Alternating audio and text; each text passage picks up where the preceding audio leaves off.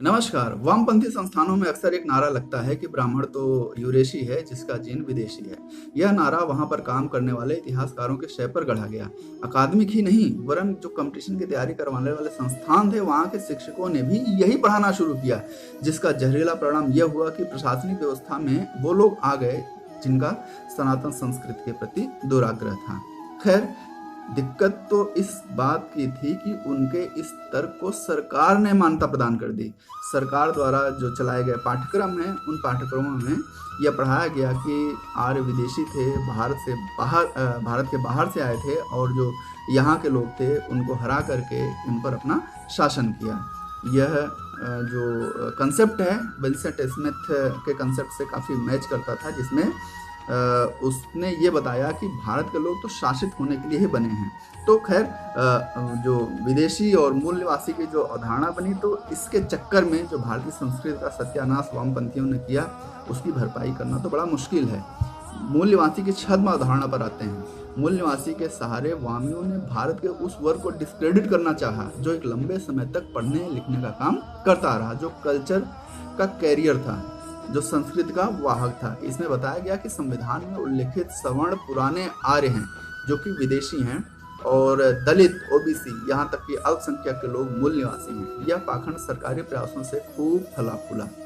आर्य बाहर से आए और देवासुर संग्राम, जो कि दाशराग युद्ध था जिसमें देवों ने दानवों को परास्त कर भारत को अपना उपनिवेश बना लिया। जैसा कि मैंने आपसे पहले चर्चा किया कि उपनिवेश बने रहना भारत की नियति है, ऐसा जो अंग्रेजों ने एक नैरेटिव सेट किया, उसी को वामपंथियों ने आगे बढ़ाया। तब से लेकर के अब तक यह व्यवस्था चल रही है। कितनी हैरानी की बात है कि होलिका, महिषासुर, रावण जैसे लोगों को मूल निवासी घोषित कर दिया गया। इतना बड़ा पाखंड, और वह भी अकादमिक जगत में होता था। आप सबको पता है, रावण कुबेर का सौतेला भाई था। कुबेर देव संस्कृत को बिलोंग करता था और रावण सुर संस्कृत को, राक्षस संस्कृत को।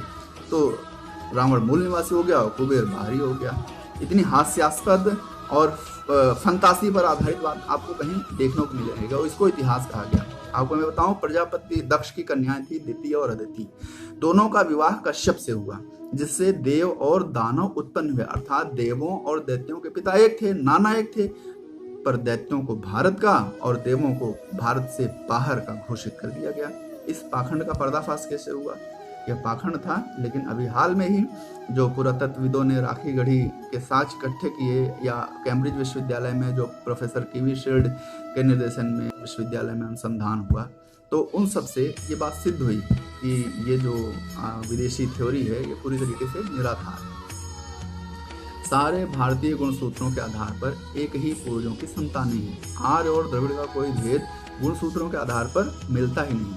यह बात शोध द्वारा स्थापित की गई। शोध कार्य में वर्तमान भारत, पाकिस्तान, बांग्लादेश, श्रीलंका और नेपाल की जनसंख्या में विद्यमान लगभग सभी जातियों, उपजातियों, जनजातियों के लगभग 13,000 नमूनों का परीक्षण और उनके परिणामों का इस्तेमाल किया गया। फिर ये बात सामने आई, जो उनके परिणाम सामने आए कि मध्य एशिया, यूरोप, चीन, जापान आदि देशों में जो लोग रह रहे हैं, जो मानव नस्लें वहाँ पर हैं, उनके गुणसूत्रों से कंपेयर जब किया गया तो इस तुलना में यह पाया गया कि सभी भारतीय, चाहे किसी भी धर्म को मानने वालों, हिंदू हों, मुस्लिम हो, सिख, ईसाई, जैन, बौद्ध धर्म जो भी हों, 99% समान पूर्वजों की संतानें हैं। इससे यह भी सिद्ध होता है कि भारत में आर्य और द्रविड़ विवाद व्यर्थ है।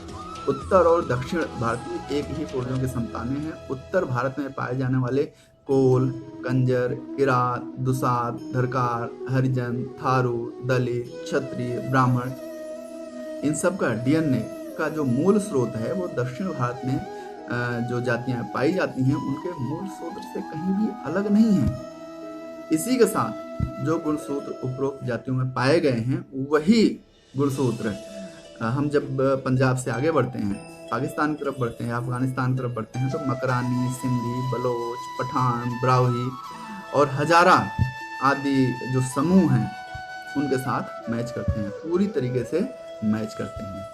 अब जब ये बात स्वयं सिद्ध हुई, शोध के आधार पर सिद्ध हुई, तो सवाल इस बात का है कि इनके नैरेटिव से निपटा कैसे जाए। तो आप सभी से एक मेरा अनुरोध है कि विकिपीडिया से लेकर के जानकारी के जितने स्रोत हैं सब में एडिट का विकल्प होता है।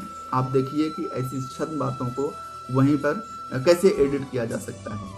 उसको एडिट करिए, जहाँ पर भी आपको लगे कि नहीं ये बात गलत है, ये तथ्य नहीं है, यह शोध के आधार पर नहीं कहा गया है, वहाँ पर उसको एडिट करिए। यही सनातन को हमारा गिलहरी योगदान होता है। जय श्री राम।